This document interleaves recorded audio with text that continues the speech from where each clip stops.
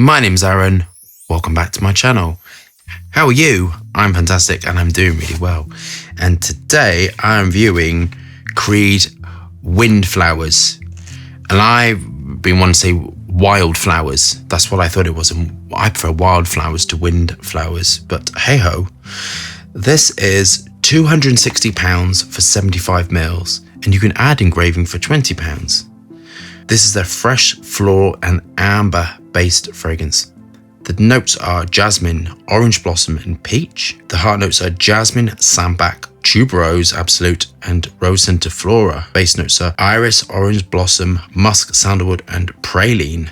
And this is inspired by the strength and grace of modern femininity. Oliver Creed created Windflowers, a beautiful sparkling floral fragrance for her with magical undertones reminiscent of light, woody, nougat or nugget. Nugget makes me laugh. Have you tried this? What do you think of it? Do we have our bottles of Windflowers by Creed? Are we engaged with the high self? Let's get testing. I wish we'd move away from plastic, get onto glass or metal. I'm having problems with plastic. Nice bottle. I prefer this bottle. The other ones, this feels heavy. I like the color. Okay, so this immediately reminds me of a Chanel fragrance. I mean, I can't remember which one. I haven't reviewed any of the, I think I've reviewed one. This has a Chanel thing to it, absolutely. If I sprayed this on, I think it was a Chanel fragrance, which I think is great. Chanel female fragrances. I think the best-selling one is Mademoiselle, if I remember rightly. It might have changed. I think this is very nice, actually. So this smells clean, sweet, peachy, bit fabric conditioner-like, which I love personally. I think that's a nice thing to smell of. Clean, radiant.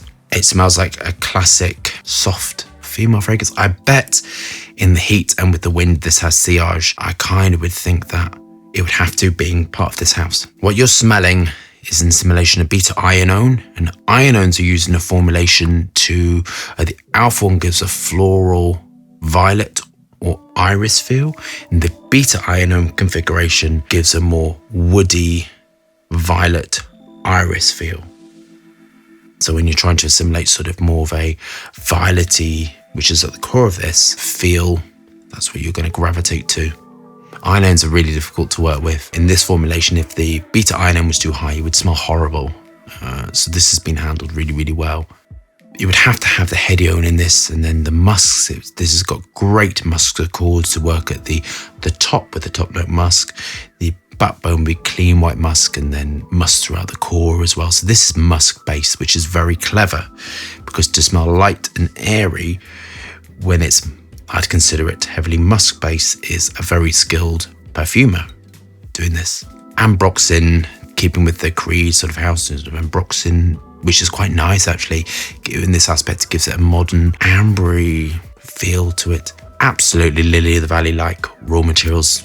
It's the first thing I'd reach for with this is which Lily of the Valley raw material. And then the floral aspect is the citronellal, the linalool, the geraniol that is within this to give it that floral feel to it. There is a lift to it, which is the linalool raw materials mixed with the benzyl salicylate, and benzyl salicylate gives a cleanness to a formulation. It's crystalline at room temperature and has to be heated up to work with, and it gives a clean sort of like fabric conditioner sort of feel. It's very nice. It works brilliantly with lots and lots of stuff. At high amounts, it can be used to clean up a formulation and take away that dense feeling. At lower amounts, mixed with sort of like Lily of the Valley raw materials and citronellal, geraniol, linalool, all of that can give very sweet, clean feel throughout the core. There is a fruit note to it, and that is the fruit acetates mixed with enantholates, and the enantholates smell like grapes. So you're getting that sort of grape, sweet floral feel. And in formulations with acetates, which are quite heavy, they can give that sort of elevation and sparkle and effervescence to the top. That aqueous raw material I always get mixed with the quinol, absolutely in this, to give that sort of like luscious feel to a formulation. You want this to feel vibrant and alive and natural. The naturals are really well chosen. Patchouli, cedar, orange, lemon. I mean, it's been constructed beautifully, I think. Surprising. It's quite radiant on me. It's quite difficult to get on my skin. I think it's the tattoos. I think when you've got tattooed skin, you don't have a smooth, even though the skin still feels smooth. I think tattoos sort of alter the skin structure and things don't radiate off, because for fragrance to radiate off, you need the skin sort of quite level so the fragrance can radiate off like that. And when you have tattoos, it's radiating off in different directions. So you pick up on it, not in a radiant line, but this is radiant and clean. On to my final thoughts. I think this is a classic way to build a female fragrance, you know, based upon Hedio and Icy Super, brilliant musk accord, sweet, clean core, and some naturals working at the base, the cedarwood and the patchouli, and the top notes of the orange and the lemon, all working together in perfect symmetry. I imagine the development time was quite long with this. I think there's been a lot of testing with this. Windflowers, to me, I don't know. What do you think of the name? This is safe, legal, compliant.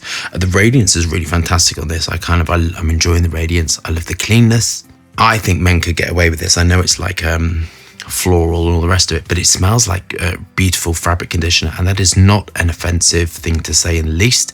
I think that's a really nice thing, because I think fine fragrance can be beautiful fabric conditioner smell. I think it's lovely. It's one of my most favourite smells, like fresh laundered clothes, and I think it's very appealing within a fragrance with sort of floral notes. Because of that, I think that men could wear this as well. This is definitely for the day. This is a signature fragrance. I kind of imagine this is going to be quite divisive. I got that sort of feeling. I think this is, because I did think it was a Chanel fragrance, I think this could go into the house of Chanel quite easily and be something. So I think there's going to be that divisiveness with it, I kind of think. But I don't think there's anything wrong with that, to be honest. It smells like Creed going to a Chanel, if that kind of makes sense to you. It has the radiance of Creed, but it smells like the Coco Mademoiselle. I think it's that one. I think it smells really, really pretty and clean. What's the price? So it's $260 for 50 ml. In my opinion, I think it's slightly overpriced. There isn't anything expensive sticking out of it. So, in my opinion, I feel it's slightly overpriced. $265, but that's my opinion, isn't it? Do I like it? I like it. I think it's very pretty. I think it would be a lovely like wedding fragrance or something. That's what I think it is for the summer, or a signature fragrance. And I think it's going to be well loved. I think it's really well created, all the rest of it, but it hasn't got enough oomph. It feels like there's something missing. It's kind of not capturing my attention. It's not making me particularly inspired. It's just a nice fragrance. Very, very safe. Not really daring, not really exciting. It's just a very safe fragrance. A little bit vanilla, if I'm kind of honest with you. Not the fragrance. It smells like a little bit vanilla. It doesn't feel daring, doesn't feel exciting. I would love this to have pushed in different directions to really excite me, and it's kind of a safe floral fragrance. But it's very nice. I'm going to mark it a 7 out of 10. The price is, for me, in my opinion, it feels a little bit over the top. But these houses sell in sort of Selfridges and Harvey Nichols here, and Macy's probably in America. A lot of money gets taken off. They sell to Selfridges and all that stuff from between 60 and 80% off. That's what they sell it to. So you got to think, with that much coming off, they've got to make money somewhere. So I don't know how to feel about the price. What do you think about the price? So I'll mark it 7 out of 10. I think it's okay. Sort of like a nice, safe fragrance. It's all right. So if you love that review, thumbs up and subscribe for more fascinating, interesting content. Lots of moving hands, lots of fragrance views. Hope you're staying safe and well. See you soon.